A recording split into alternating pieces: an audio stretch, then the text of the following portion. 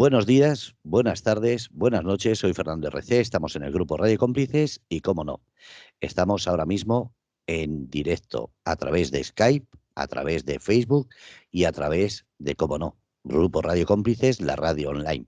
Y estamos en el programa Una historia diferente, un programa que presenta, dirige y produce Jorge Luis García, historiador y además de español, está viviendo en Texas. Hola Jorge, buenas. Hola, ¿cómo estás, Fernando? ¿Cómo están todos? Bueno, pues Vamos contento. un jueves más con ello, ¿eh? Ya es el Exactamente. tercero, ya tenemos algo de rodaje, a ver si ya va todo sobre ruedas y perfecto. Es Venga, que nos estamos haciendo unos profesionales. Hemos probado el Twitch, hemos probado el Zoom, ahora el Skype. Como sigamos todo. así, vamos a crear uno propio. Ya te digo. Bueno, yo todavía el libro no he podido leer porque sabes que ando con plena mudanza, ando con mucho jaleo, pero sí me gustaría saber qué es lo que te han dicho, ya que te están comentando, que han escuchado otros programas, qué es lo que te está diciendo tus oyentes. Pues hemos tenido, porque es que lo que hemos hecho ha sido recortar una parte, expresamente lo de los franceses en la Luisiana. Lo ha hecho la Asociación Cultural Héroes de Cavite, ha hecho el recorte, el amigo Carlos Merino, que por supuesto, como todos en la asociación, sin cobrar un duro, ¿no? Estamos por amor al arte, nos gusta lo que hacemos y lo hacemos gratis. Entonces se ha hecho un recorte con lo del el tema de los franceses en la Luisiana y pues está teniendo bastante tirón. Y luego aparte, pues bueno, yo es que no he parado toda la semana de recibir indicaciones para temas a tratar en el podcast. O sea que tenemos aquí un listado de, mira, 1, 2, 3, 4, 5, 6, 7 cosas. Nada menos. No sé si vamos a tener tiempo para todo. Bueno, As- ¿por dónde quieres empezar? Porque claro, cuando una persona Este, se pone a ver tantos mensajes, ¿por dónde quieres empezar? Pues vamos al lío, vamos a empezar y donde lleguemos, pues llegamos y nos da tiempo a hacer todo bien y si no, pues lo dejamos para otra semana. Lo pondremos ya que en el tercer programa ya estamos así, si seguimos, vamos a tener un listado bien hermoso lo pondremos en la parte de arriba de nuestra torre de nuestro list to do, nuestras cosas que hacer. Pues vamos a empezar, mira. Esta semana me han venido y me han sugerido, porque hay unas páginas y esto es hablando pues un poquito de leyenda negra, ¿verdad? Porque al final luego dicen que solo nos remitimos al mismo tema, pero bueno, es que estamos recibiendo ataques tras ataques de esto y de alguna forma pues hay que ver. Entonces nos dice aquí que dentro de un año, no dentro o sea, dentro del primer año, para que me entiendan, inició la esclavitud, el transporte, el abuso, la mutilación, la violación y el asesinato de millones de nativos en lo que puede ser probablemente el mayor negocio de esclavos de su tiempo. Pues la verdad es que no sé ni cómo contestar a esto, porque es que es tan descabellado todo lo que nos plantea, con lo que hace dentro de su primer año. Llega en 1492, como sabéis, llega a la isla de la Española. Uno de los barcos se le queda allí, ¿verdad? Y con los otros dos barcos se vuelve para España, pero pues realmente no se pueden volver todos los marineros porque no había forma los dos más pequeños además, no había forma de volverse todos. Entonces lo que hace también es dejar allí una serie de gente que se queda voluntariamente en lo que es el Fuerte Navidad. Entonces realmente pues Colón no hizo todo esto que le ponen aquí, ¿verdad? Al año siguiente vuelve Colón y se encuentra con que los indios pues se han cepillado absolutamente a todos los españoles que se habían quedado allí y no había quedado, vamos, ni la sombra había quedado. Entonces no sé cómo explicar. La verdad es que esto conviene de rebatirlo totalmente, pero bueno, es un poco un absurdo hacerlo con gente que está tan fanatizada. Los indios se cargaron a toda la población que Colón dejó allí. Entonces, ¿cómo pudieron ser los culpables de que en ese año pues el mayor negocio de trata de esclavos tuviese lugar si por los pobres estaban muertos, ¿no? Entonces yo creo que vamos a pasar a la siguiente porque pues realmente es que esto no hay ni por dónde cogerlo. Si tienes Perdón. alguna pregunta, No, no, por ahora no. Por ahora estoy curioso. bueno, estás curioso. Pues esta es la primera, el tema de achacarle todo a Cristóbal Colón. Desde luego que Cristóbal Colón pues, no lo hizo muy bien en el tiempo en el que estuvo allí y luego en el tiempo en el que ejerció la gobernación de las nuevas tierras descubiertas. Recordad pues que en el segundo viaje en el primer viaje se trajo unos poquitos indios, muy pocos, para demostrar que él había estado allí y había encontrado una tierra nueva con gentes totalmente distintas a lo que era lo usual en España. En el segundo viaje sí se trajo en torno a 600, porque el segundo viaje ya se hizo con una porrela de barcos tremenda, ¿no? Al primer viaje nadie se quería arriesgar a ir hasta un sitio desconocido porque venía un señor así rarito que venía diciendo que allí había de todo y entonces a ver quién se va a lo desconocido en ese viaje. Entonces solo reclutaron gente para tres carabelas. Es el primer viaje. Pero claro, en el segundo Colón vuelve ya con todo lo que dice que encontró, con estos primeros indios para probar que él había estado en una tierra diferente. Y para el segundo viaje, pues claro, ya no hacía falta reclutar, ya lo que hacía falta era quitarse moscas de encima. No, tú no puedes venir porque tu barco no llegaría ni a la salida del puerto, ¿no? Ni a la bocana del puerto. Entonces, para el segundo viaje, pues lo que tienen mucha gente, muchos barcos que van hasta América y a la vuelta, pues se trae 600 esclavos indios, ¿vale? Cuando llega a España, pues los empieza a repartir y le reparte uno, precisamente, fíjate, al padre de Bartolomé de las Casas, que luego Bartolomé de las Casas, pues sería el que levantaría la liebre de forma exagerada e intencionada en cuanto al maltrato indígena. Pero fíjate que en ese momento pues su familia aceptó de muy buen grado el esclavo indio que le traían desde América. Claro, cuando Isabel la Católica se entera de todo esto, pues manda liberar a todos estos indios, algunos se quedaron en España y otros pues se obligó a Cristóbal Colón en su siguiente viaje a devolverlos a sus tierras. Algunos llegarían, otros no, evidentemente, porque los viajes en barco en aquella época pues no eran nada sencillo, ¿no? No hay que... Ahora mismo tú te montas en un avión y en 9 horas pues estás en Miami, estás en América. Todo muy, muy limpio, muy sencillo, muy rápido. Pero en aquella época, para que se hagan una idea, de España salió Menéndez de Avilés con 2.000 personas y llegaron a fundar San Agustín de la Florida 800. O sea, más de la mitad se le quedaron en el viaje pues porque la gente pues en 2 o 3 meses en el barco, pues en aquella época la gente se moría.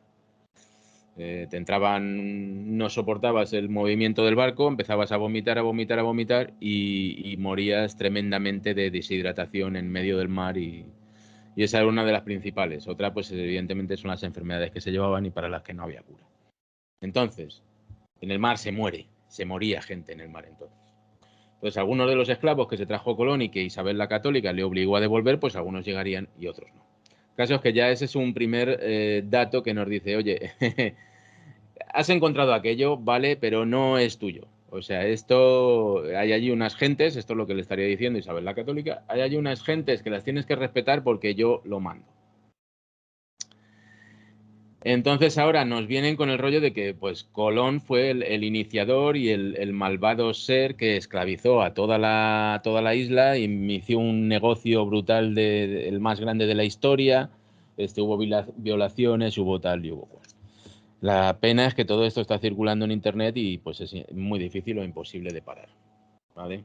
Entonces, por mucho, y yo lo he intentado en otros temas que ahora os iré contando, yo lo he intentado, pero realmente es, por no decirte, imposible.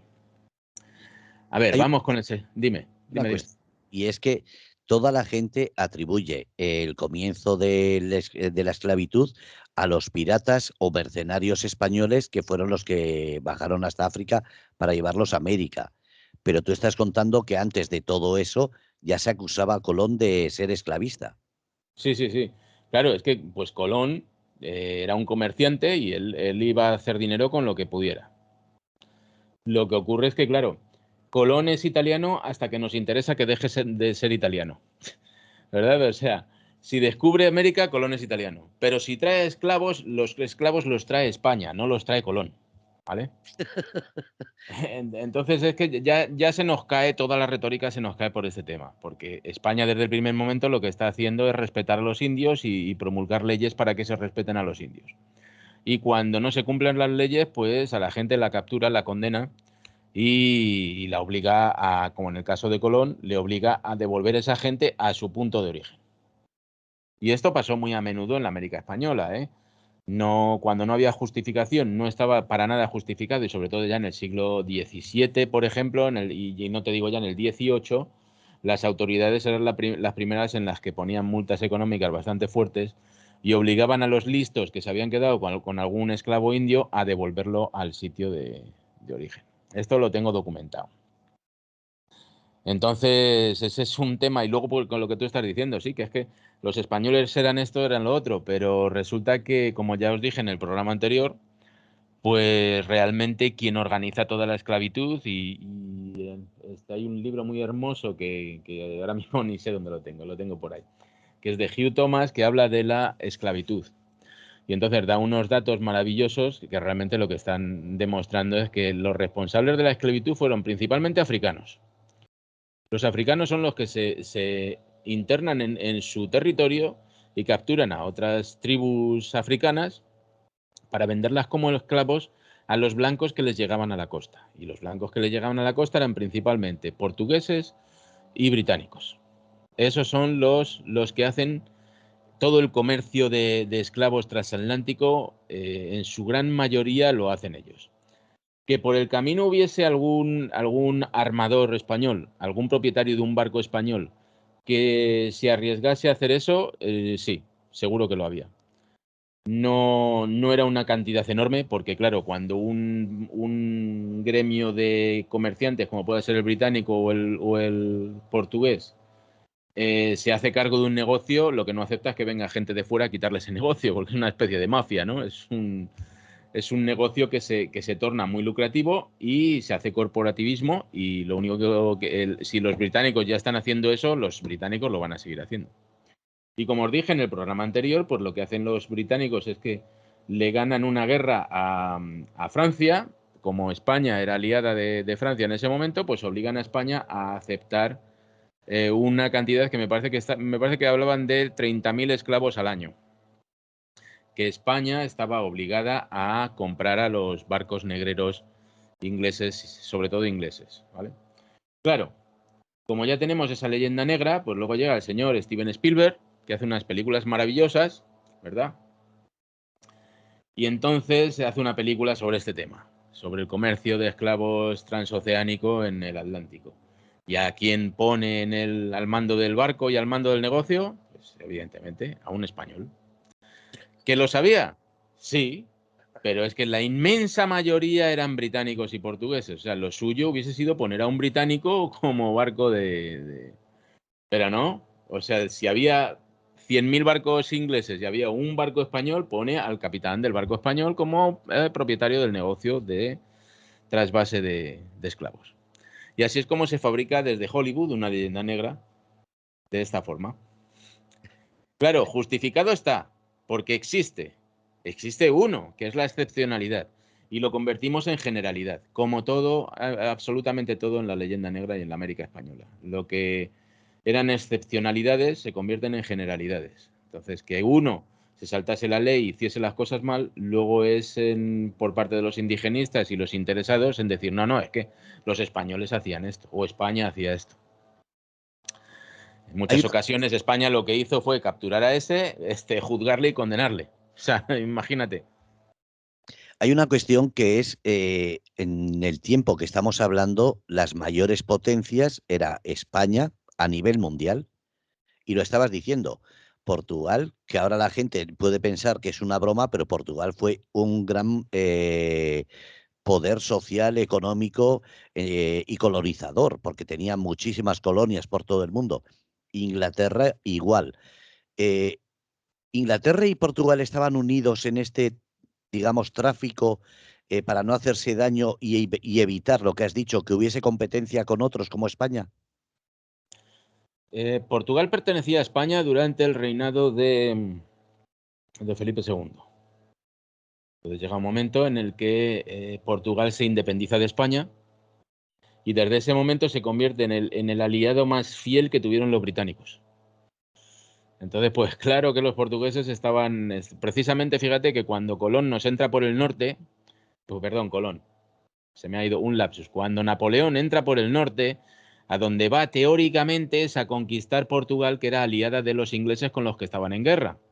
Y ya se nos quedó en España, ¿verdad? Es que es un gusto. Todos los que vienen a España no hay manera de echarlos después. Oye, se quedan como garrapatas ahí enganchados. Es una cosa tremenda. Bueno, pues los portugueses, desde el momento en que se separan de España, se convierten en aliados de los ingleses y todos los negocios prácticamente, no sé si no lo he investigado, pero tiene toda la pinta de que los hacían a medias, o por lo menos se repartían. Portugal es que pues tenía en algunos momentos podría llegar a tener una flota mayor que la española, porque evidentemente Portugal tiene casi todo es costa y además es costa atlántica. Entonces sus barcos están mucho más preparados que los españoles. Los españoles son amos del Mediterráneo, sobre todo el Mediterráneo occidental, y los barcos son distintos. No es lo mismo un barco oceánico que un barco para el Mediterráneo. Y esto tiene que ver con navegación. En el Mediterráneo, como es un mar pequeño y las aguas no son muy profundas, se produce una ola corta. Entonces, una ola corta no muy alta que castiga mucho a los barcos. Y luego lo que tienes en los océanos, pues son olas largas, más grandes, pero más largas. Entonces, los barcos están diseñados de distinta manera. Para que te hagas una idea, pues en el Mediterráneo, durante gran parte de la historia, digamos, moderna, lo que teníamos en el Mediterráneo eran galeras que iban a remo y eran herencia de las romanas, ¿no? De las birremes y de las trirremes romanas. Pero claro, tú eso no te vale para el Atlántico. Por mucho que pongas ahí a 300 tíos remando, cruzando durante 2 meses el Atlántico, cuando llegan, pues ya te los has comido, porque al humano hay que darlo de comer en el viaje. Entonces los barcos son distintos. Portugal no tiene acceso al mar Mediterráneo, solo su navegación es atlántica y sus barcos son en cierta forma distintos. Parte de en esos momentos iniciales, parte de la flota española son barcos que han comprado los portugueses, ¿vale? Pues son incluso armadores portugueses, porque una cosa es que tú tengas la nacionalidad portuguesa y otra cosa es que estés en guerra con España de la misma manera que está tu país. Pues tú eres comerciante y si tu país está en guerra con otro, no tienes por qué estar en guerra tú también con ese país. A veces sucede, a veces no. Entonces el portugués ha sido, por eso tenía tantas colonias por todas partes y las tenía Brasil, la más grande, luego tenía casi toda la costa africana, de la que pues no sé ni cómo llegamos a tener nosotros la Guinea española, la Guinea ecuatorial, porque es un pedacito ahí que tenemos muy pequeño. Luego ves que todas las islas del Atlántico son portuguesas, incluso las Islas Canarias, que en 1500 aproximadamente es cuando los castellanos se las quitan a los portugueses, en parte por compra y en parte pues por presión. Y luego pues las conquistas portuguesas pues llegan hasta Asia, llegan hasta el Pacífico. Entonces en los mares en aquellos momentos es el rival, comercialmente el rival más fuerte que España tenía, sí, sin duda alguna. Y se ponen de acuerdo con los ingleses, pues, en todo este tipo de comercio. Y ya sabes que los barcos, pues es una cosa y tú viviendo ahí en el Mediterráneo, ¿verdad? Pues sabes que los barcos a veces son de un dueño, pero la bandera es de un país de Panamá o de cualquier sitio por un tema de impuestos y entonces el barco podría ser de quien fuese, que luego la bandera era de quien tenía que ser. Entonces sí, los portugueses han sido, como te digo, les recomiendo a Hugh Thomas, es un hispanista británico absolutamente recomendable, que aunque sea británico es de lo mejorcito que hay y sobre todo ya falleció hace unos poquitos años, es de lo más justo y lo más imparcial y lo más académico que podemos encontrar. Entonces tiene libros maravillosos como La conquista de México o este que te estoy diciendo de la esclavitud, en el que pues un libro gordito de 1000 páginas más o menos y te explica absolutamente con todo detalle el negocio de la esclavitud. Y la esclavitud fue portuguesa y fue británica. Y eso te lo dice un británico, imagínate. Otra pregunta. Dime. Se supone que la esclavitud era para poder conseguir mano de obra barata en esos nuevos territorios que se iban descubriendo. ¿Por qué se usó la esclavitud y por qué no se usó a las personas de allí? ¿Eso tiene que ver con que España no quería esclavizar los países que colonizaba?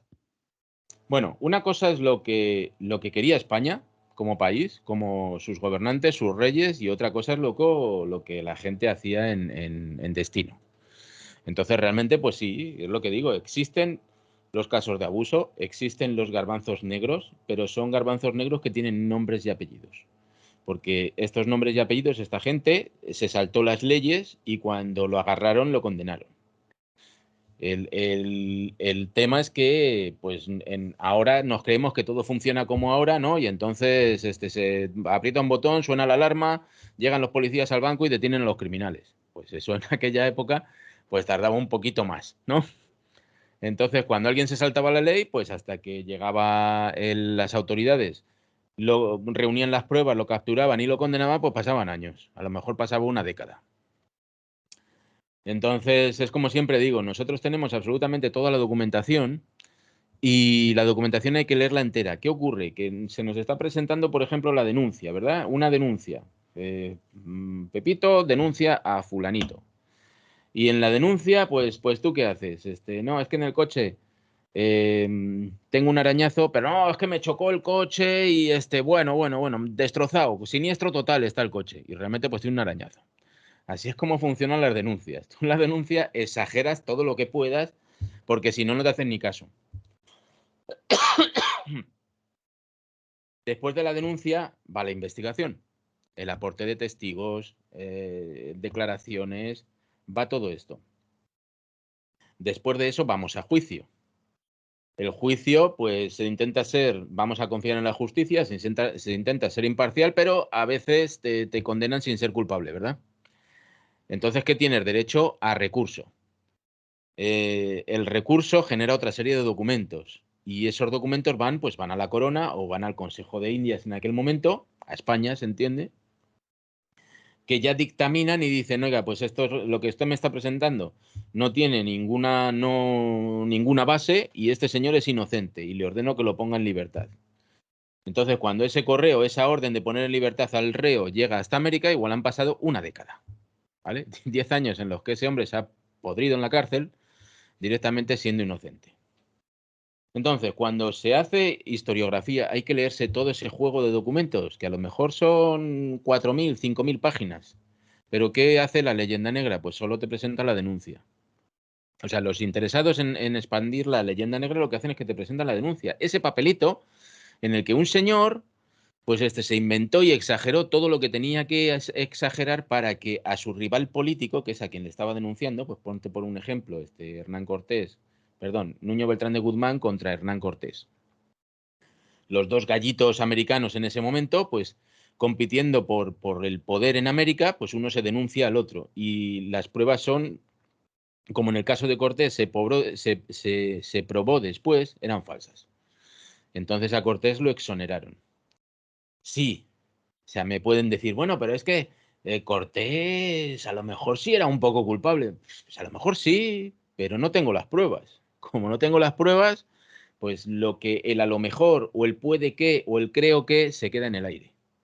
¿Vale? Los historiadores, yo por lo menos, nos ceñimos a los documentos y a lo que dicen los documentos. Tenemos un juego de documentos completo, desde un proceso, porque es que además España, es que creaba documentos, era una máquina de crear documentos. Tenemos una burocracia enorme, la hemos tenido más grande que la romana, más grande incluso que la actual norteamericana.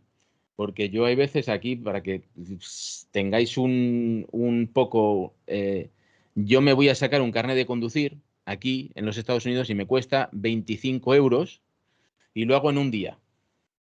Entonces, esto cuéntaselo a un español, ¿no? Que te gastas 3.000 o 4.000 euros los que hagan falta por sacarte el carnet de conducir y un papeleo enorme y pues eso es burocracia. Eso no lo tiene, los Estados Unidos actuales no tienen esa burocracia. Es todo mucho más sencillo, mucho más directo. Y España es algo que la ha tenido toda su historia, la ha tenido mucho más que el Imperio Romano, mucho más que cualquier otro imperio, porque los ingleses no escribían ni un documento, claro, para que no quedase constancia de todas las tropelías que estaban haciendo. Y no hemos tenido, en ese caso, no hemos tenido herederos los españoles de esa burocracia. O sea, la más grande, y fíjate que lo sigue siendo además, la más grande es la española. Todo en papel. Hay un dicho eslavo de los que dice: cuanto más papel, más limpio el culo. Entonces hemos creado papel, ni se sabe. Ahí tienes los archivos, 90 millones de documentos solo en el archivo de Indias, algo tremendo. Vamos a sacar la verdad, porque yo en mi libro Presidio lo que he hecho es sacar la verdad en varios capítulos de varias personas. Entonces, en lugar de coger solo de utilizar solo la denuncia, vamos a sacar todo el proceso judicial. ¿Es laborioso? Sí, lo sé, pero para eso estamos los historiadores. Si luego hay gente que se quiere saltar ese proceso, pues entonces entiendan mi cabreo que les llame: no, ustedes no son historiadores, son señores de copia y pega. Y son no solo los historiadores, pues los que son de otras, que ahora lo trataremos. Agarra todos los papeles, léetelos todos y verás como al final llegas a la conclusión de que quien era culpable resulta que es inocente. Y todo se debe, pues, no todo, pero en este caso se debe, por ejemplo, estoy pensando en un caso muy concreto, pero para qué expandirme más, ¿no? En un caso muy concreto en el que los culpables resultaron ser inocentes. Todo lo que hicieron lo hicieron por velar por los indios y siendo españoles y pensando que eran españoles, y sin embargo la historiografía, si ahora te metes en la Wikipedia, pues los trata de esclavistas, de gente mala, de tal y de cual. Y es solo un caso. O sea, tenemos para ello. Pero claro, es que cuando queremos, pues se habla mal de España, y cuando no, pues no existe, como por ejemplo es este otro caso que os traigo. Aquí os traigo otro caso, a ver. Luego también daré caña a la parte española, ¿eh? No, no se piensen que nos vamos a ir de rositas, no. ¿Ya se está viendo el documento? Sí. No, no te oigo, Fernando. Ahora se está abriendo. Ahí pone Facebook y además yo tengo la opción de que cuando le doy aquí a la derecha a una X lo pueda ampliar para que la gente lo vea con la Ah, calidad que puedes leerlo. vale, pues hazlo, y porque yo todavía no he alcanzado ese nivel de habilidad. Bueno, pues mira, esto es una página que está funcionando en Tlaxcala. Y entonces esto puedes hacer leyenda negra de varias formas. Una es mintiendo descaradamente, como es lo que te he dicho, el documento anterior, que es una absoluta mentira. El documento anterior, ¿se acuerdan? El de Colón y la esclavitud y todo esto. Pues a la gente lo que hay que decirle: vale, esto es muy grave lo que me estás planteando. Saca pruebas. ¿Dónde están las pruebas? Porque en cualquier juicio vamos a condenar a alguien a muerte, ¿no? Y le tendremos que probar que realmente es culpable. Y eso es lo que no se está haciendo con España. Es toda una generalización, y no se sacan pruebas. Sácame pruebas. ¿Quién ha hecho qué? ¿En qué momento? ¿Qué es lo que hizo? ¿Quién fue? Nombres y apellidos. ¿Y cuál fue el resultado? Porque en muchos de esos casos resulta que el condenado es americano, no es ni español, es español de América, ya sea mestizo, criollo, lo que sea, que también hay que hablarlo. Y en muchos casos fue condenado por lo que hizo. Entonces, culpas a quien le condenó. Pero bueno, en este caso, la manera de hacer leyenda negra pues es ocultando a España. Entonces, como sabes, Tlaxcala y los tlaxcaltecas fueron los aliados de Hernán Cortés en la conquista de México. Porque Hernán Cortés se presenta allí con 500 españoles ante ese imperio mexicano, imperio azteca, que no es imperio realmente, pero bueno, ya sabes que depende de quién escriba la historia, y desde hace 200 años la historia no la escribieron los vencedores españoles, sino que la escribieron los perdedores mexicanos. Y se está escribiendo de una manera. Entonces, con 500 hombres tú no conquistas a los aztecas ni loco. O sea, era un tema imposible. Pero ocurre pues que Cortés es una persona inteligente, va haciendo alianzas, arriesgando lo que tenía que arriesgar en los momentos oportunos para hacerse con esas alianzas, y sobre todo lo que tiene enfrente son los aztecas, que es el mayor depredador mesoamericano que existió, y que tenía en contra a casi toda Mesoamérica. en contra porque les estaba llevando sus hijos como esclavos para matarlos en lo alto de la pirámide. Ya llega un momento en que es que tenemos que decir las cosas con pelos y señales, con todo, ¿no? Entonces tienen un montón de gente en contra. Cortés es tan inteligente de ir captando a esas naciones indígenas, sumándolas a su lucha, y por eso se conquista América, ¿verdad? Por eso, América, cuando decimos América, por eso se conquista México, la Ciudad de México exclusivamente. Y lo hace con un aliado principal que son los tlaxcaltecas, Tlaxcala. Entonces luego estos tlaxcaltecas pues tienen una serie de prebendas, están muy bien vistos en la sociedad novohispana de México, y pues son utilizados porque son los que primero se hispanizan, los que primero son indios, son de origen indio. Cuando digo indio me refiero a los que viven en las Indias occidentales, ¿vale? No es una palabra despectiva, lo digo porque si hay gente de América viendo esto, ahora está también el tema de decir, no, indio es una palabra despectiva. Pues no, la verdad es que no. Son los indios, son los que viven en las Indias occidentales. De la misma manera que los que viven en Australia los llamamos australianos. Y no es una palabra despectiva para nada. Entonces, estos indios tlaxcaltecas son los primeros que se hispanizan, los que más fieles son a la corona, precisamente porque están teniendo una serie de prebendas, ¿no?, de la corona, y entonces son utilizados para fundar poblaciones con ellos como modelo. Y incluso en algunas misiones pues se lleva una familia de indio tlaxcalteca que ya está viviendo como españoles, que respetan las leyes españolas, y entonces los indios que entran en esa misión o que forman ese nuevo pueblo los ven a ellos y dicen, yo quiero ser como ellos. Entonces así es como se va conquistando población tras población. Los propios indios son los que dicen, no, yo quiero ser como ellos, tienen mi cara, o sea, se parecen a mí y visten como españoles y van a la escuela y montan a caballo, y yo quiero ser como ellos. Entonces lo que se hace es una conquista por modelización. Bueno, pues ahora tenemos a gente en la nueva Tlaxcala que está contando una historia, como es esta página, en la que no existe España. Entonces todo lo han hecho los indios tlaxcaltecas. Tlaxcala es la que conquista Ciudad de México. Tlaxcala es la que va colonizando pueblos al norte y en todas partes de América. Y Tlaxcala es la que conquista Filipinas. O sea, ¿cómo puedes contar una historia? Esto es de lo más absurdo. En la que luego cuando te interesa, ¿no?, dices, no, es que los españoles nos obligaron a los tlaxcaltecas a hacer esto, esto y esto. Pero luego, sin embargo, cuando te interesa, hacer desaparecer a España, y sin embargo todo te lo asignas a ti mismo. Pues si los tlaxcaltecas estuvieron en Filipinas, fue porque montaron en barcos españoles al mando de españoles, porque ellos mismos también se habían convertido en españoles y se fueron hasta las Filipinas. Y allí combatieron contra los samuráis japoneses, que es otra batallita que se inventan, ¿no? Pero imagínate que así es como se hace Leyenda Negra. Borras a España totalmente del mapa, como si no hubiese existido. Y todo el que pueda leer esto, pues así. Y también colonizó los tlaxcaltecas, imagínate. Que allá por el año de 1591 colonizó no solo parte del centro y norte del país, sino también parte del sur de los Estados Unidos. Y también colonizó y fundó en Centroamérica ciudades como Guatemala, Cuscatlán en El Salvador y San Pedro Sula en Honduras, así como también participó en la expedición y la colonización del Perú, en Sudamérica y las Filipinas y el sudeste asiático. De ahí la grandeza histórica de nuestro pueblo de Tlaxcala.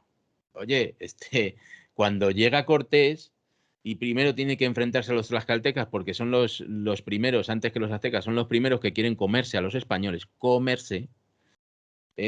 Cuando llega Cortés no tenéis ni un simple barco, es que no sabéis ni cómo se maneja un barco, porque Tlaxcala es pues lo que vemos la ciudad de Puebla ahora actualmente.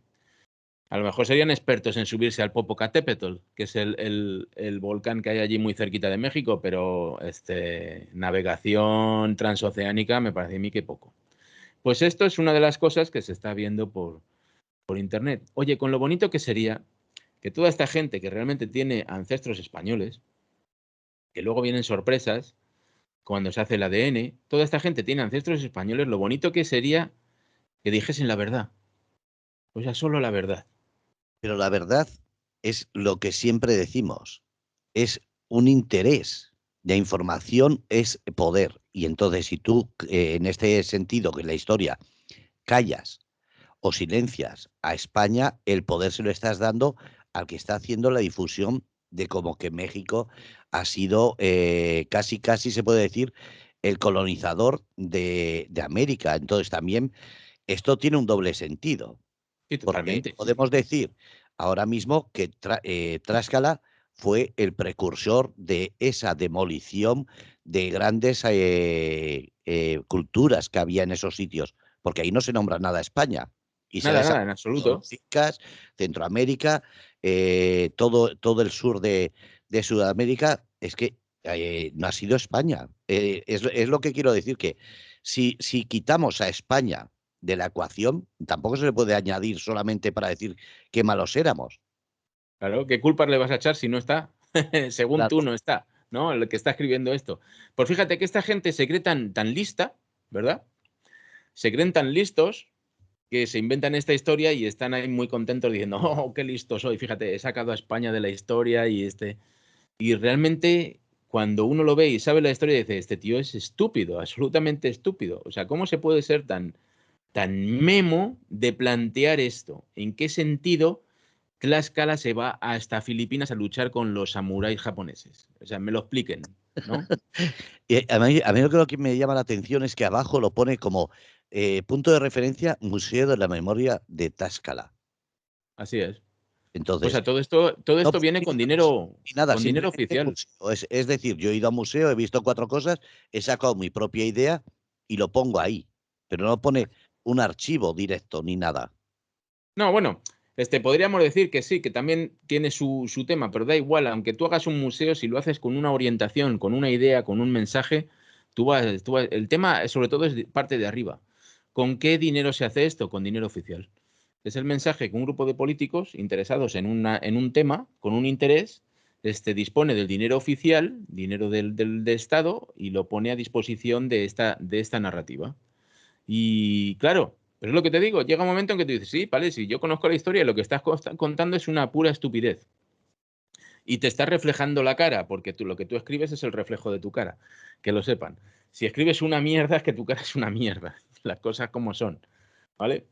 Eh, no hay, ¿cómo vamos a combatir contra esto? O sea, si es que ya no es solo ignorancia.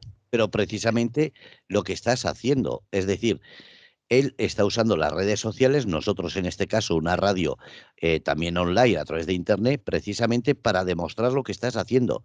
Un historiador con papeles acreditado y demostrando cómo lo haces. Es decir, tú cuando has demostrado un papel, lo has enseñado en la cámara, lo has enseñado en tu libro. No es lo mismo que esto que pone Museo de la Memoria, pero no sabemos si es historiador o ese, como decimos ahora, esos haters que se dedican solamente a dar por culo en las redes. Así es, y ahora te lo voy a refrendar con el siguiente. Y el siguiente es... Ok, bueno, ya estamos fuera, ya me estáis viendo la carita. El siguiente, porque he dicho que tenía para todos, ¿eh? Yo tengo para todos. Perdona un momento. Dime. En el chat tenemos a Feli que estaba mandando saludos, dice que se te oye perfectamente. Y ahora ha entrado Alberto Marigil y decía saludos desde Valencia y sigue diciendo Jorge es un gran erudito de la historia del norte y Mesoamérica. Muchas gracias, Alberto. Alberto me estaba preguntando antes de empezar el programa que dónde podía verlo. Entonces, Pues ya ha pues, entrado y está ahí en directo escuchando. Así que muy un bien, saludo para Feli, vamos a Alberto. seguir compartiendo documentos. Vamos a seguir compartiendo documentos. Entonces, el siguiente que os voy a compartir es este. Porque no solo son culpables los indios, es que también los tenemos en todas partes, ¿no? Y en España también los tenemos. Un documento amarillito se ve, ¿verdad? Espera a ver qué está saliendo.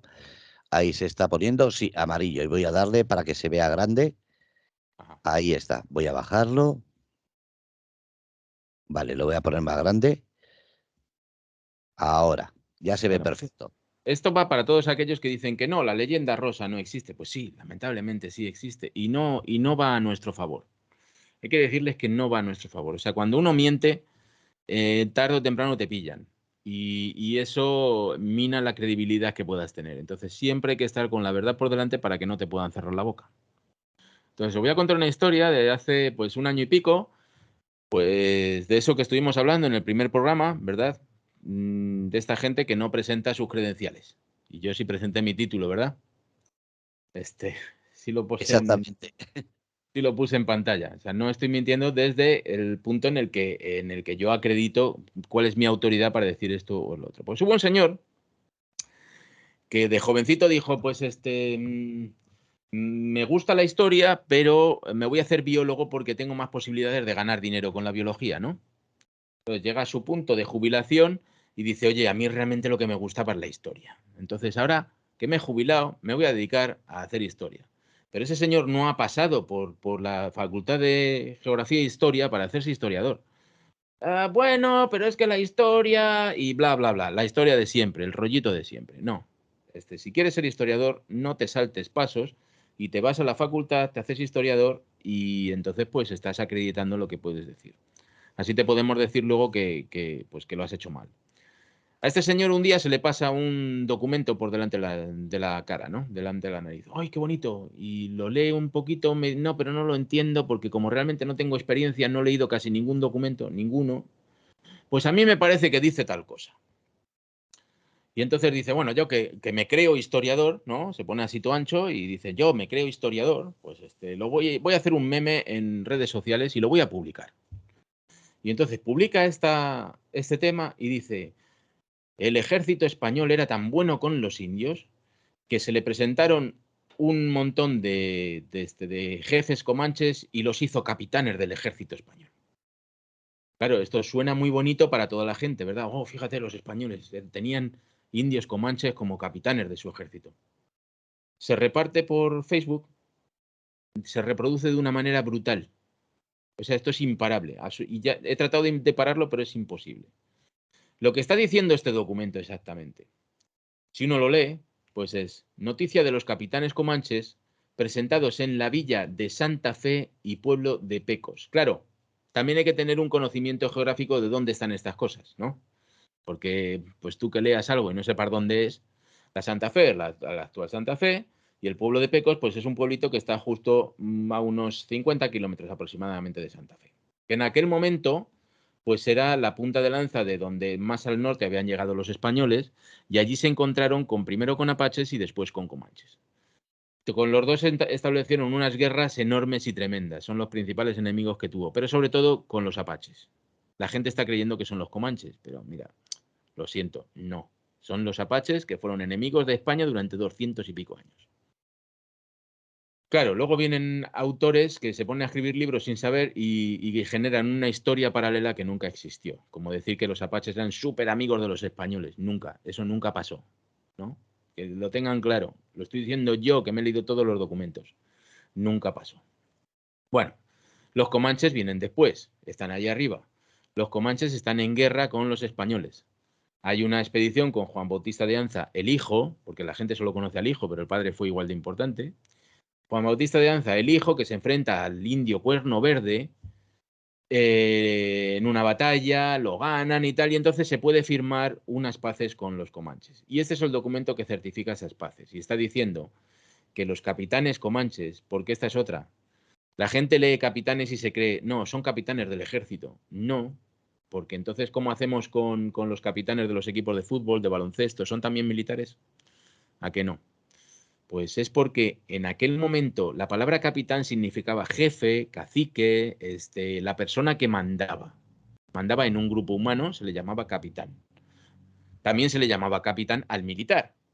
De ahí puede ser la confusión. Pero bueno, los que estamos acostumbrados a ver documentos, pues así lo vemos. Entonces, los capitanes, los Perdona, jefes, dime. perdona, ¿se puede decir que capitán era usado como la palabra patriarca en ciertas jerarquías o tribus? Tranquilamente, lo que pasa es que en algunas tribus grandes, pues el patriarca, no era padre de, ¿me entiendes? O sea, no era un simple clan, sino que eran algo mucho más grande y podría haber varios, que es lo que sucede aquí. La Confederación Comanche son varias tribus las que se juntan y entonces forman un ejército poderoso, algo que casi nunca hicieron los apaches, a diferencia. Es El que me ha venido apache a la hace más como cabeza, una... Sí, dime. perdona, me ha venido a la cabeza la etnia gitana, que el patriarca, aunque no sean Sí, familia, sí tiene la sede de los mayores, que son patriarcas designados y que son los que mandan. En ese sentido, al decir capitanes, me ha venido a la cabeza esa forma de sé por gobernar. dónde vas. Sé por dónde vas y es muy parecido, sí. ¿Vale? Pero lo que te estaba diciendo, por ejemplo, los apaches lo que hacen es una guerra de guerrillas. Son menos y hacen una guerra de guerrillas. Los comanches, en este sentido, son más, se juntan en una confederación y hacen más una guerra moderna de juntar 4.000 guerreros en contra de un ejército contrario. Son las dos diferencias entre apaches y comanches. Entonces, el capitán, el general Juan Bautista de Anza, consigue una victoria sobre Cuerno Verde, que en ese momento era uno de los principales de la nación comanche, y consigue que la Confederación Comanche firme las paces con los españoles. Y este es el documento que lo referencia. 1700, esto será 1780, 80 y pico aproximadamente, de cuando se hace este documento. Y entonces lo que te está diciendo es que los capitanes comanches, que no son capitanes del ejército español, déjenlo claro, son los jefes de cada tribu. Porque en ese momento en español no utilizábamos la palabra jefe. Es una palabra francesa que llega en el siglo XIX, que llega a nuestro vocabulario. Al vocabulario español, jefe es una variación de chef y nos llega en el siglo XIX. Aunque ya se le conociese en el siglo XVIII esa palabra, pero no se utiliza. Lo que se utiliza es la palabra capitán o cabeza, ¿no? Las cabezas han venido aquí, a ver, no han venido unas cabezas de gente. Lo que se entiende como cabeza es el que manda en un grupo humano. El capitán igual. Entonces, estos reúnen a sus tribus y se presentan en Santa Fe y luego en el pueblo de Pecos. Claro, los tienes que se meten en el mapa actual y ven que hay otro Pecos en Texas, que está como a 500 kilómetros de distancia. Y entonces hasta confunden un Pecos con el otro Pecos. O sea, imagínate el nivel de investigación que tienen estos pseudo divulgadores históricos. Ninguno. O sea, no tienen ni idea de por dónde van los tiros, para que nos hagamos ideas. Se presentan en Santa Fe y en Pecos a firmar las paces con los españoles. Y entonces, fíjate cómo será que hasta el mismo documento te están diciendo, y nos entregaron al último prisionero español que tenían. O sea, no son, lo que está diciendo aquí es que no son capitanes del ejército español, son los enemigos que vienen a firmar las paces, porque hasta nos devuelven un prisionero que tenían nuestro. Sería un intercambio, más que sería un intercambio porque los españoles también tendrían prisioneros comanches. Y entonces hay un listado, pone los nombres de toda esta gente, como vemos aquí, nombres de los capitanes con su con su traducción en castellano, ¿vale? Entonces te traduce los nombres. Y aquí te dice Cueracapa, que dice el huérfano, y por más honorífico en la guerra, Contatanacapara. Este es el nombre indígena, el nombre comanche que él tenía, que significa grulla en cruz, me parece ahora, o grulla sin cruz, ¿vale? Esto es lo que dice aquí. Número de tiendas, 100. O sea, este señor se trae 100 tiendas. ¿Por qué se trae 100 tiendas? ¿Por qué será? Claro, si te vas aquí y lo lees, es que dice, hemos calculado que en cada tienda había entre 3 y 4 adultos, guerreros y mujeres. Entre guerreros y mujeres, cada tienda traía 3 y 4 adultos. Y traía entre 7 a 8 niños. Claro, multiplicas 100 por 7, por 7 o 8 y por 3 o 4, y entonces tienes un total de indios que han venido a firmar las paces. Esto es lo que dice el documento. Bueno, pues se ha expandido por redes sociales gracias a un biólogo con aspiraciones de divulgador histórico, que además hace 1 año y medio entré por redes sociales y le dije, oye, el documento dice esto, esto y esto, te has equivocado. Haz algo, corrígelo. Y este señor pues hizo clic y me bloqueó. Claro, es que, ¿para qué nos interesa la opinión de un historiador?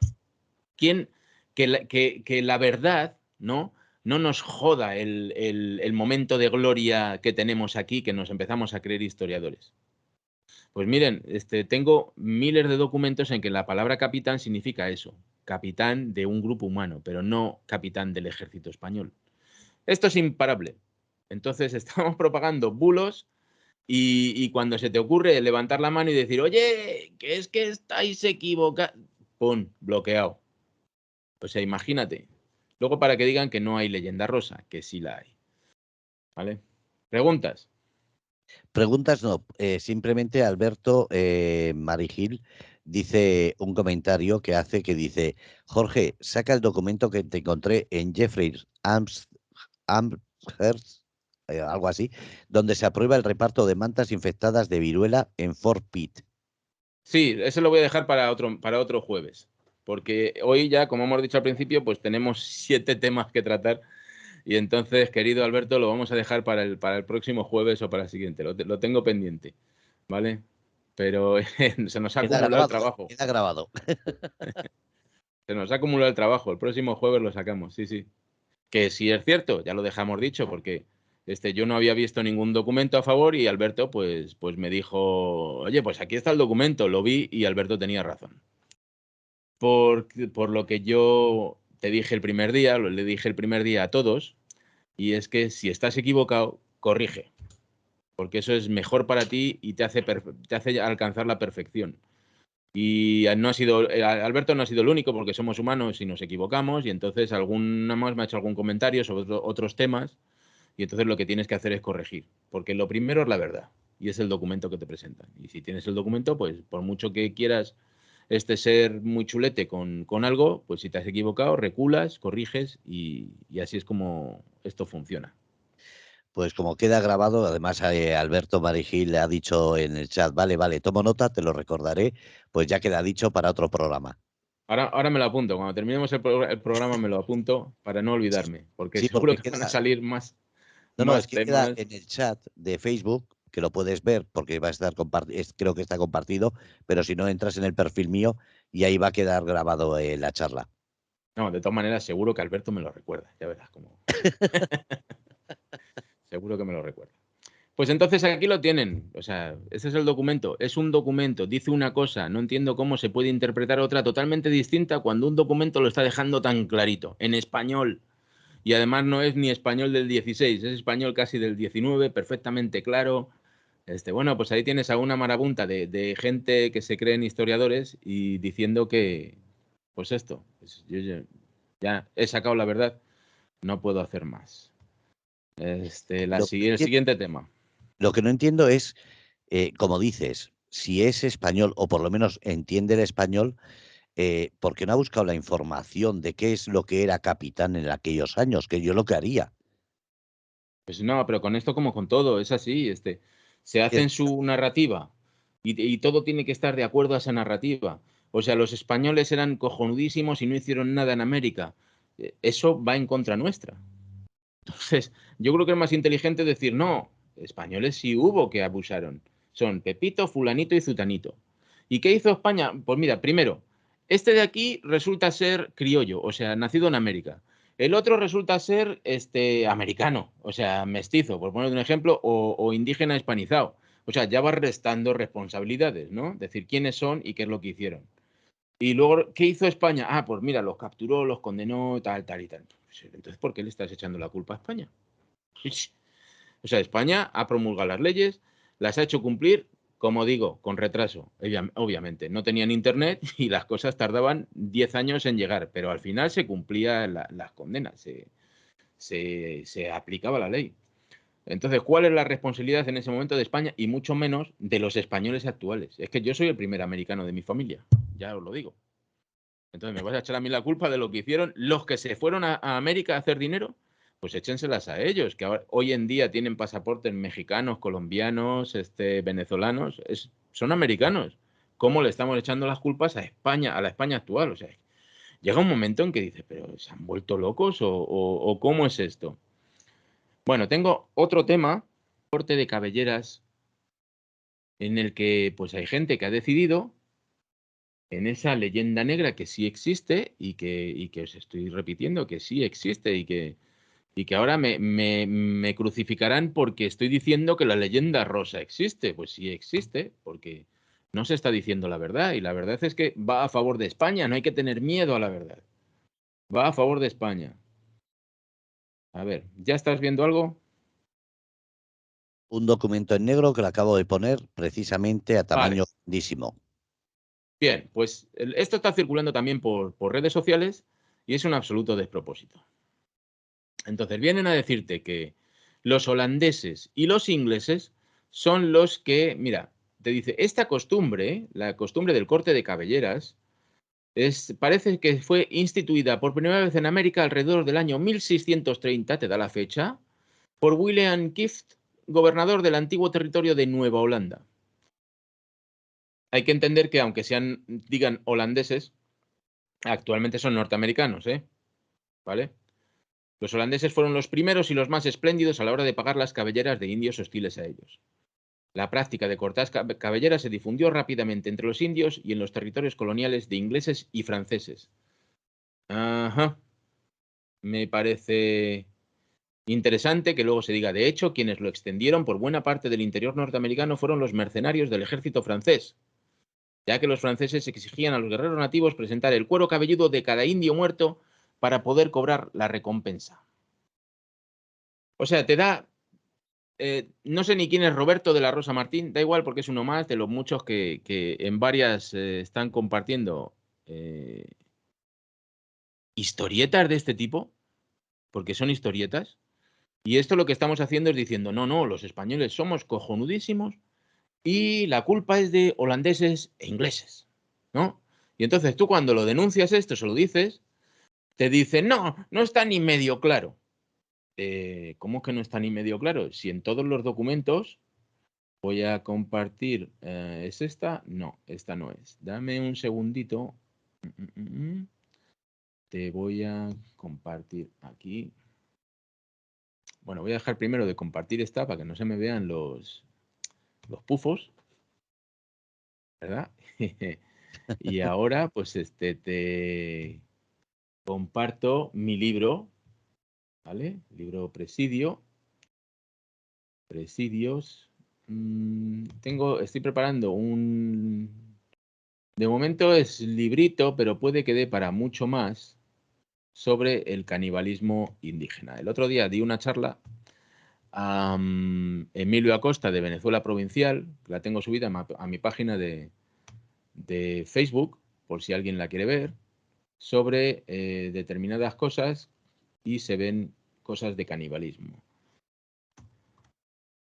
Entonces, esto que les voy a presentar son documentos, uno de esos 200 documentos que he recogido en mi libro Presidio, que les recomiendo su compra, evidentemente. Entonces tenemos... No, mira, lo que voy a hacer va a ser compartir el libro directamente en lugar de canibalismo. Un segundito, estamos en el aire, pero yo me encuentro, Yo verán como al final me encuentro siempre. Bueno, mientras digo que Presidio puede encontrarlo en Amazon, en cualquier librería o pedirlo por internet. Solo tiene que poner Presidio, el nombre de la persona que lo ha escrito, que es Jorge Luis García Ruiz, que es historiador, y está ahí el libro. Como veis, además, la portada es muy, muy sencilla de recordar. Un caballo y una persona vestida con un traje azul y blanco, con un gorro, que eran los cueros, si no me equivoco. Cueras, es en femenino. Cueras. Entonces, para que no se confundan de nombre, Presidio y el caballito con ese personaje Cuera.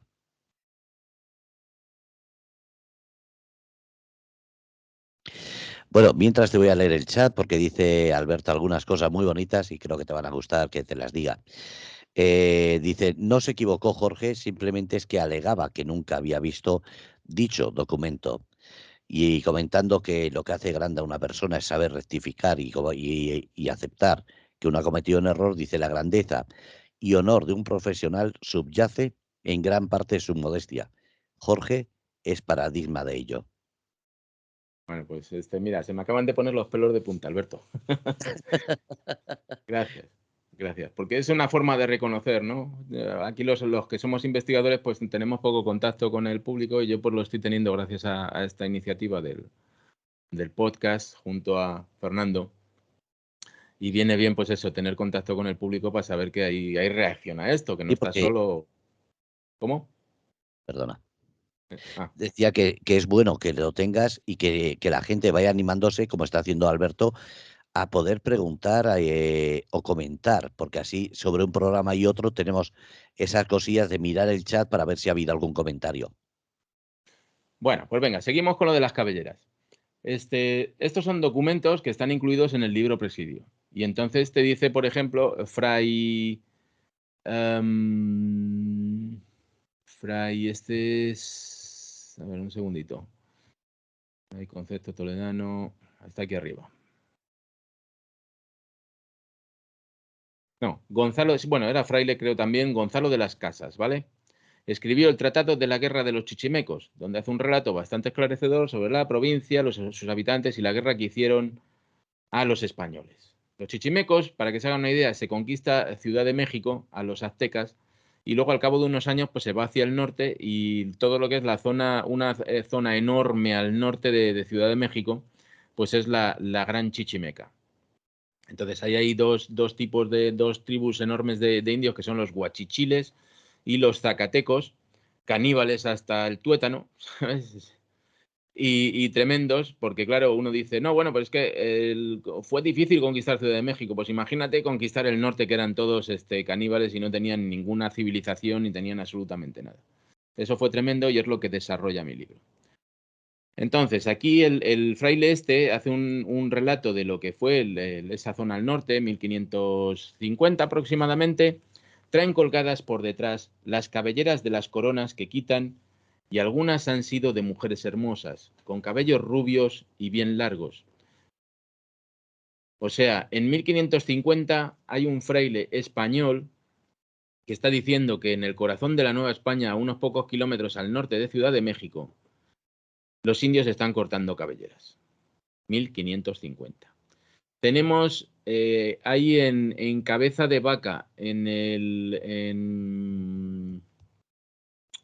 Esto me ha llegado por una referencia que no es mía, ¿vale? En el libro Cabeza de Vaca, Naufragios, el mismo Cabeza de Vaca está diciendo que los indios están cortando cabelleras, los indios carancaguas que están en la costa. A ver la siguiente que tenemos. Y lo de Cabeza de Vaca es en el año 1520 y algo, 1530 aproximadamente. Entonces aquí te dice, las prácticas de los chichimecas eran aterradoras. Esto es otro cronista. Está hablando de lo mismo, pero es otro cronista. Es que es importante porque cuando acumulas documentos, no es que te digan, no, pues bueno, es que ese fraile a lo mejor les tenía manía y se inventó la historia y lo que sea. No, es que tenemos varios cronistas, varias diferentes personas que a lo largo de 300 años de presencia española en Norteamérica están contando las mismas historias. Eso le da mucha más credibilidad. Es lo mismo que la gente pues, hay uno que dice que vio un ovni. Bueno, pues nos reímos de él. Ahora, si hay 300 personas que dicen que vieron el mismo ovni, pues a lo mejor, oye, vale, tiene un poquito más de credibilidad. Entonces, tenemos varias gentes que están acreditando el corte de cabelleras en una época muy temprana. Aquí hay otro, el padre Tapia. Esto es en la zona de Culiacán, en México. El padre Martín, que los asistía. El padre Tapia esto lo está contando otro fraile, que también está referenciado. Todo lo que vemos en mi libro en cursiva es el documento original. No he tocado nada.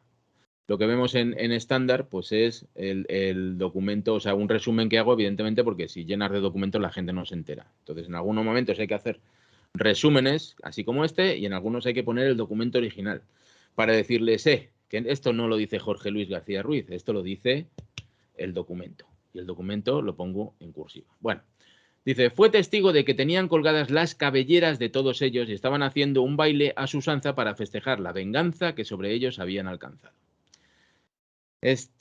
Tenemos en diferentes partes. Luego también tenemos en la Florida, al norte de la Florida, en lo que hoy es Tallahassee. Hay otro documento que no lo tengo ahora para sacarlo, pero los indios que están en Tallahassee, que luego se hicieron amiguísimos de los españoles, no te puedes hacer idea, que eso es para otro programa. Y eso saldrá en el segundo libro, segundo volumen de Presidio, que ahí estamos trabajando en él. Los indios Tallahassee, hay una crónica que también dice que cortaban cabelleras. Esto estamos hablando al norte, no la parte, esa manguita que a la Florida le sale, que va hacia Pensacola y Tallahassee, que dice que los indios están cortando cabelleras. Entonces aquí te dice, ponen en un palo como media asta y tantas llevan como cabelleras, ¿vale? Entonces son cabelleras que van acumulando porque ese es su trofeo. Esa es su manera de... había veces que se podían llevar la cabeza, se llevaban la cabeza. Recordemos que los aztecas lo que hacían era a la gente a lo alto de la pirámide, después de sacarle el corazón, le cortaban la cabeza. Se la podían haber cortado primero, así el hombre no sufría mientras le sacaban el corazón, ¿no? Pero bueno, después de eso le cortan la cabeza, la atraviesan con un palo de lado a lado y entonces la ponen como trofeo en el White Stone. Nunca me sale esta palabra, en náhuatl este no es mi favorito. El White Stone Pantry.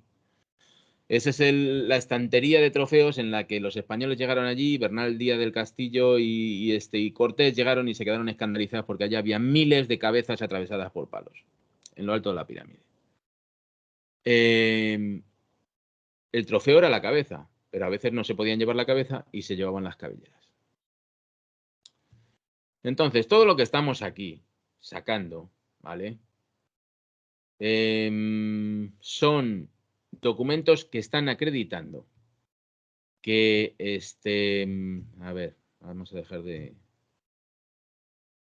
que están acreditando que ni holandeses ni británicos 100 o 100 y pico años después pudieron enseñarles a los indios a cortar cabelleras. Se pongan como se pongan, sigan esparciendo bulos, sigan esparciendo mentiras. Tenemos a los españoles documentando por toda Norteamérica que los indios estaban cortando cabelleras. No una sola tribu, no, todas.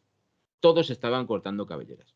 Entonces, yo podría entender que a lo mejor los franceses pues les hubiesen enseñado a los indios a cómo cortar cabezas con una guillotina, ¿vale? Porque eso era lo que estaban haciendo los franceses. Lo llevan a América, se lo enseñan a los indios. Pero algo que no tiene tradición en Europa, que es que le corten la cabellera a alguien, eso no tenía tradición en Europa. Ni Holanda, ni Inglaterra, ni Francia estaban cortando cabelleras en Europa. ¿Cómo le van a enseñar algo que no tienen tradición? Se lo van a enseñar a los indios. Pues hay que estar discutiendo con los que no había que estar discutiendo porque los teníamos que tener a nuestro favor, porque son de los nuestros, ¿no? Y están esparciendo bulos de este tamaño. O sea, ya no es... me enfado, claro que me enfado, porque estás aquí luchando, haciendo un trabajo, sacando la verdad, sacando documentos que están probando que España no hizo lo que le achacan, con un trabajo enorme, con un esfuerzo personal enorme, y no te hacen ni caso. Y luego vienen, perdón por la palabra, luego vienen 4 mindundis que se creen historiadores a inventarse una historia y a joder el trabajo de mucha gente que estamos día y noche sacando la verdad. Lo siento, no puedo compartirlo. Entonces, yo creo que ha quedado clarito, ¿verdad?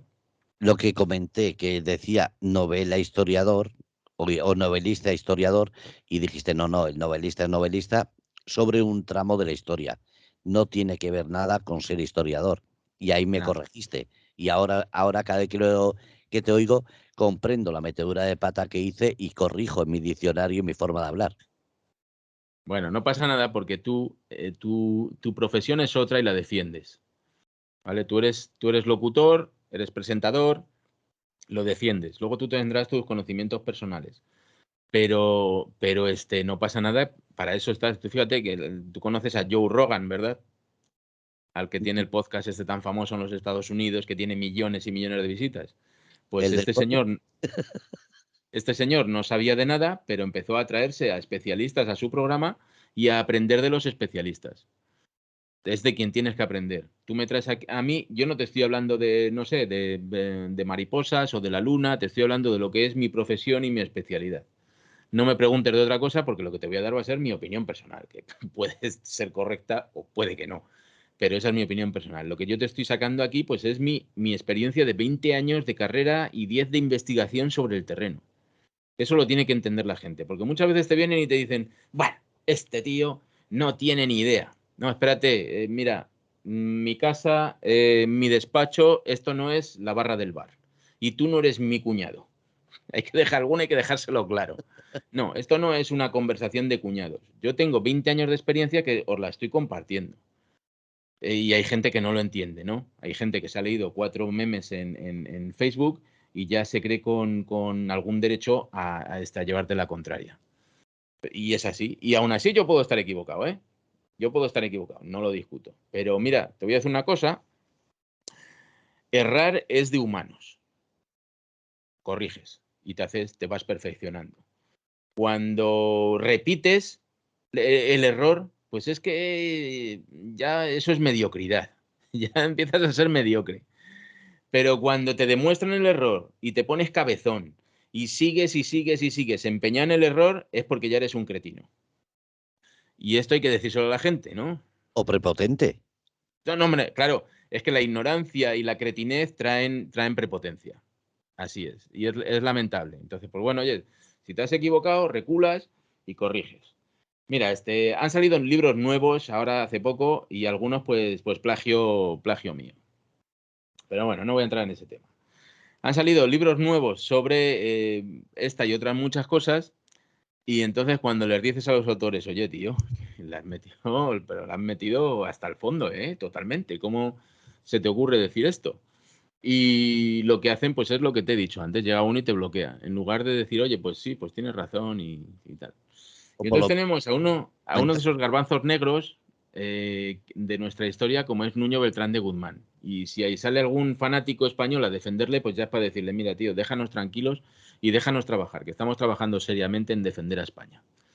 Nuño Beltrán de Guzmán es nuestro mayor garbanzo negro. Fue el que rival de Cortés que conquistó la Nueva Galicia al norte de Ciudad de México y empleó unos métodos absolutamente brutales con los indios y bueno, pues las consecuencias que hizo España, pues tardó, pero al final lo capturó y lo desterró a España. Hay una crónica de un fraile que dice, no, pues fue condenado y pasó los 20 años últimos de su vida en la cárcel de Torrejón de Velasco y tal. Pues yo solo había encontrado esa referencia y entonces esa referencia la puse en mi libro. La verdad es que no era muy importante porque era una línea y tal. Entonces alguien de México me dijo, oye, no, resulta que hay un testamento de Nuño Beltrán de Guzmán. Pues es un testamento que realmente es real, tú lo puedes leer, es un documento original de la época y en el testamento lo que nos está diciendo es que Nuño Beltrán de Guzmán fue repatriado a España, lo repatrió el rey, lo castigó, al final no le terminaron por hacer nunca el juicio, pero fue condenado al ostracismo. Sabes que pues el rey a sus, digamos, a sus nobles y tal, pues les daba dinero de los impuestos para que viviesen a todo lujo, igual que ahora, pero bueno. Entonces, a Nuño Beltrán de Guzmán le cortaron absolutamente toda la financiación, se lo llevaron para España y los últimos 20 años pues se murió de asco en España, pero no estaba metido en una cárcel ni nada. Y esto lo dice el propio Nuño Beltrán de Guzmán en su testamento. Pues oye, ¿yo qué hice? Cambiar mi libro, corregirlo y ya. Pero pues hay gente que lo ha puesto en sus libros y que les estás diciendo que eso está mal y pues lo que hacen es orillarte. Entonces, la verdad al final siempre ayuda. Siempre ayuda porque una vez que la aceptas dices, bueno, ya me quedo tranquilo, ya lo he sacado, pues, pues a partir de ahora podemos progresar y podemos hablar de otras cosas y discutir otras cosas y lo que sea. Pero ahora, si te empeñas, te encabezonas en el error, pues eso es cretinez, básicamente, no es otra cosa. Para quitarnos de encima tres temitas muy cortos, porque ya nos hemos pasado de tiempo, ya llevamos 1 hora 17, pero lo vamos a quitar porque es que si no se nos van a acumular la semana que viene. Entonces, pues mira, sobre el programa pasado, la semana pasada, estábamos hablando de lo importante que había sido España para la historia, y entonces se comentaba que la Luisiana y sobre todo Nueva Orleans, pues es una construcción española. Y entonces hemos sido tan tontos de decir, bueno, yo no, pero el que estaba en ese momento a cargo fue tan cretino, tan Quijote de decir, bueno, pues el barrio francés, que queda muy chic, muy exótico, muy tal. Y entonces hay gente que está empezando a reaccionar con ese reel que hemos puesto y con ese TikTok que ha salido, lo ha hecho Héroes de Cavite y están empezando a ver, porque claro, es un hecho que choca. Hasta ahora la idea que teníamos es que la Luisiana era francesa y el resto era español, ¿no? Pero resulta que la Luisiana francesa pues no era francesa, fue francesa durante muy poquito espacio de tiempo, se la quitaron a los españoles. Y al cabo de 30 años aproximadamente, 30, 40 años aproximadamente, Lo único que había allí pues eran 4 gente negociando con los indios las pieles, se las cambiaban por fusiles, por pieles, y, o sea, por alcohol, quiero decir, las pieles se las cambiaban por fusiles y por alcohol. Perdón. Y entonces España se hace cargo de la Luisiana y es cuando construye el barrio francés y lo pone bonito, que no tiene ninguna diferencia. Ese barrio francés, entre comillas, no tiene ninguna diferencia con otras ciudades coloniales españolas de la época colonial, lo que se considera en América época colonial, como Cartagena de Indias, o sea, o la misma Habana, pues tiene muchos elementos parecidos con el barrio francés en Luisiana. O sea, todo pertenece a lo que es España. Y entonces me dicen, oye, pero es que en Luisiana hay mucha gente que habla francés. No realmente. No hay tanta gente que hable francés, es lo que nos han hecho creer. ¿Cómo se hace? Pues se hace construyendo una herencia. O sea, cada parte de los Estados Unidos pues se ha construido una herencia, una identidad que no tenían, se la ha construido en base a algunas. Lo que sí había era algunas comunidades de canadienses, ¿vale? Había algunas comunidades de canadienses muy pequeñas. También las había españolas, porque hay una en la parte sur, que es un pueblo que se llama la Nueva Iberia, que se hizo en base a un asentamiento de canarios. Entonces, en ese caso estamos casi al 50-50 de asentamientos españoles y franceses en el tema este. Cuando se independizan los Estados Unidos, empiezan a darle vueltas al tema y entonces dicen, oye, pues si eso nosotros nos hemos creído, porque España no estuvo, España no estuvo. Entonces nos hemos creído que lo que aquí hubo fueron franceses, pues entonces vamos a hacer el sistema escolar, lo vamos a hacer como bilingüe, para que aprendan francés los niños americanos. Y entonces se promociona, y se promociona con ayuda del gobierno, de los distintos gobiernos franceses, se promociona la herencia francesa de la Luisiana. Y se olvida, se denosta totalmente la herencia española. Pues lo que se hace al cabo de 3, 4 generaciones es que tienes a alguien que ha aprovechado la escuela y ha aprendido francés y habla francés, pero realmente no es descendiente original de los. No quiere decir que la Luisiana fuese francesa. Por eso parece hoy que es más francesa de lo que realmente es. ¿Cómo lo comparamos? Para que se hagan una idea, pues lo podemos comparar con el País Vasco español. Los vascos eran más españoles que los españoles. En época, en el siglo XVI, en el XVII, en el XV mismamente, con Elcano, eran más españoles que los españoles. No, ellos defendían al rey, defendían a la bandera, defendían el idioma. El idioma vasco pues se hablaba prácticamente en las aldeas, lo hablaban la gente, pero lo que es el resto era más español. ¿Qué haces? Pues llegan muchos años después, un par de siglos después, y entonces empiezas a meter el euskera en todas las escuelas, empiezas a meter la bandera, la icurriña, empiezas a decir que hay un hecho diferencial, que todos son diferentes, y tienes a las nuevas generaciones, 2 o 3 generaciones que ya sí realmente son diferentes, porque los has hecho diferentes. Pues esto pasa igual con la Luisiana francesa. No tenían una herencia fuerte francesa, la tenían repartida, era más fuerte la española. España había hecho mucho más por la construcción de la Nueva Orleans y por el resto, pero sin embargo, desde los sistemas educativos y todo, promocionas con el apoyo francés, promocionas el francés y sacas el español. Al cabo de 3 generaciones lo que tienes es lo que hay. No, pero la Luisiana no era francesa. Pues mire, no. Pero claro, cuando ahora viene un historiador y te saca todo esto, resulta que el que no tiene razón es el historiador. Porque esto está asentado a sangre y fuego, ¿no? En las mentes de todo el mundo. Pues vamos a intentar cambiarlo, porque es que lo necesitamos. Y bueno, no, esto ya lo vamos a dejar para otro día. A Bernardo, que me escribió un email, no sé desde qué ciudad, parece que ser que desde Sevilla, a Bernardo porque es amigo de Margarita. Margarita es también participante de Héroes de Cavite. Le mando un saludito desde aquí. Me hace unas consultas que las vamos a dejar para el siguiente programa. Preguntas o lo que quieras. Preguntas no, pero eso que has dicho sobre Euskadi, a ver, yo soy vasco y es verdad. A ver, Euskadi de siempre, desde yo bien pequeño, estudié que era muy carlista. siempre ha sido no Borbón, ha sido carlista. Incluso en las guerras carlistas los vascos eran una tropa de las más, digamos, necesitadas por el valor, por el coraje, por la fuerza con la que iba. Y después a la hora de defender es lo que has dicho. Hasta, digamos, años 80, creo que fue 80 y algo, se empezó a instaurar el euskera como idioma obligatorio y la gente no sabe que en 6 meses tenías que aprender un mínimo o directamente no podías entrar en los ayuntamientos. Pero es que en los bancos y cajas le dieron también entre 6 meses y un año para aprender a atender a la gente en un mínimo de euskera, porque si no, directamente no podías seguir en esas sucursales. Y eso al final conviertes lo que quieres decir en una historia real, porque la gente olvida lo que ha pasado antes, porque lo nuevo es lo que te quedas por necesidad.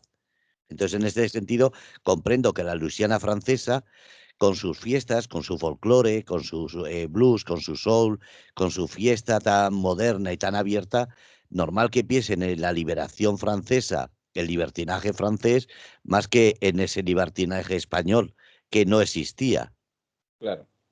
Es que cuando empiezas a escarbar es cuando sacas cosas de verdad. Mira, gran parte, y me decía Carlos Merino, el amigo este de los de Cavite de Málaga, me decía, pero es que también está el criol. Claro, pero el criol, ¿de qué surge? Pues el criol surge de que las haciendas, perdón, las plantaciones con sus esclavos son propiedad de franceses. Entonces en las escuelitas de los esclavos les están enseñando francés. O sea, no es ni tan siquiera que digan, oye, es una cosa buena que hicieron para la Luisiana o tal. No, es que se trajeron ahí miles y miles de esclavos a los que hicieron de alguna forma, hicieron franceses. Entonces el criol, pues fíjate que tampoco es ni tan siquiera francés, porque junta palabras francesas con españolas y con su propio idioma africano, el que cada uno traían.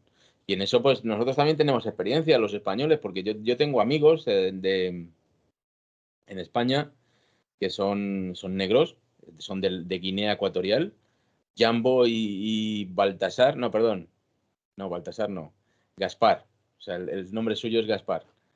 Y les mando un saludo también desde aquí, si llegan a ver esto, en los que ellos hablan el fang, que es una mezcla entre el español y el idioma que ellos tenían, en la lengua que ellos tenían en África. Y eso es lo que es el criollo. Pero claro, es que no es una influencia francesa, digamos, es que los franceses meten aquí a una tropela de esclavos negros y los hacen franceses. Bueno, ahora sí, claro, el criollo es que es lo bueno que hizo Francia por la Luisiana. Pues oiga, si nos ponemos finos, la esclavitud no tiene nada de fino, ¿eh? O sea, vamos a dejárselo claro. Y no, realmente pues hay que estar muy orgullosos, fíjate, hasta de lo que supuestamente no hicimos, que fue la hispanización y la cristianización de la Luisiana. España, ¿qué ocurre? Pues que España estaba muy, muy catolizada. Y el catolicismo lo que lleva y te dice, no, solo puedes tener una mujer, no te puedes comer al vecino. Está muy mal que andes borracho todos los días. Está muy mal que te acuestes con la mujer del vecino y del amigo y de tal.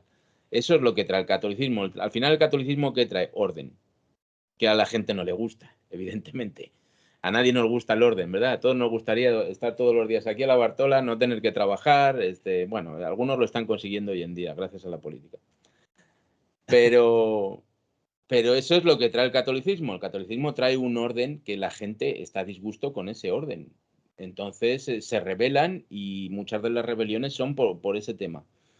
¿Es mala la intención? No, no es mala para nada porque España, cuando llega a América, pues los indios están comiendo entre ellos, practicando canibalismo, están en guerras eternas unos con otros y lo que trae España es orden. Claro, no les gustaba porque querían seguir como estaban. ¿Es bueno o es malo? Pues ya entraríamos a debatir mucho más. Yo creo que lo vamos a dejar para otro día, ¿no, Fernando? Además, es meternos al de ahora a intentar comprender la mentalidad de entonces. Es lo que también hay que entender, que con nuestra mentalidad de ahora no podemos entender el porqué de muchas cosas, a menos que, como dices tú, cojas un papel, un archivo en este caso, lo leas sin intentar llevarlo a tu mentalidad, sino leer lo que pone. Y eso es algo que mucha gente todavía tiene que aprender. Necesitas contexto. Para cuando agarras un documento y te lo lees, lo primero que necesitas es contexto. ¿Cómo vivía esa gente? Yo tengo una ventaja sobre los historiadores, porque yo realmente pues no soy historiador, lo que soy es arqueólogo, ¿vale? Es mi preparación, yo me preparé como arqueólogo. Luego me he convertido en historiador, pues, pero claro, ¿el arqueólogo qué hace? El arqueólogo es que no solo lee los documentos, sí, los documentos están bien, pero vamos a interpretarlos. O sea, vamos al sitio, vamos a comprobar a ver si lo que dice el documento es verdad o me puede causar alguna duda, ¿no? Y sobre todo es muy importante para nosotros cómo vivía la gente normal, porque muchas veces los documentos lo que te están hablando es de cómo vivían los reyes o cómo vivían los nobles, pero cómo vivía la gente normal. Eso te da dos ventajas, y una es que practicas mucho más la empatía de lo que lo hace un historiador. Y sobre todo es que vas a comprobar, ¿no? Porque es la mentalidad del arqueólogo. Bueno, pero ¿esto cómo funcionaba? No, sí, se fueron 50.000 soldados fueron a enfrentarse contra otros 50.000. Vale, bien. Pero ¿qué comía esa gente? Es una de las preguntas recurrentes, ¿no? O sea, van a una expedición de 2 meses, 50.000 personas, ¿y qué come esa gente? Los tienes que dar de comer. Entonces, a lo mejor ya no eran 50.000 y con suerte eran 5.000, ¿no? Pero ese documento lo que te está diciendo es que éramos 50.000 y nos enfrentamos a otros 50.000 y aquella batalla fue un pifostio de cuidado y... Pues entonces lo que tienes que hacer es ese documento interpretarlo. Pero necesitas interpretarlo con tu bagaje, con tu experiencia, con aplicando todo lo que puedas poner y no decir solo el documento, ¿no? Porque eso es lo que hacen muchos historiadores. Solo el documento y ya está. Bueno, pues a veces no. Entonces es una ventajita que yo creo que tengo, siendo un poco presumido, que tengo con respecto a otros historiadores. Y es el pensar siempre en cómo vivía esa gente, ¿no? No solo en lo que dice el documento, sino esto casa con lo que yo creo, con lo que otros documentos me han ido aportando de cómo vivía esa gente en el territorio. Pues yo creo que ahí vamos acertando por ese camino. Seguiremos.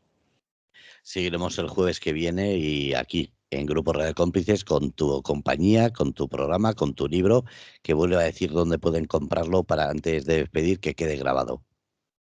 Muy bien. Un abrazo, Fernando. Un abrazo a todos. Un saludo a todos los que han estado escuchando y los que escucharán esto, que lo iremos luego compartiendo también en YouTube y en otras redes.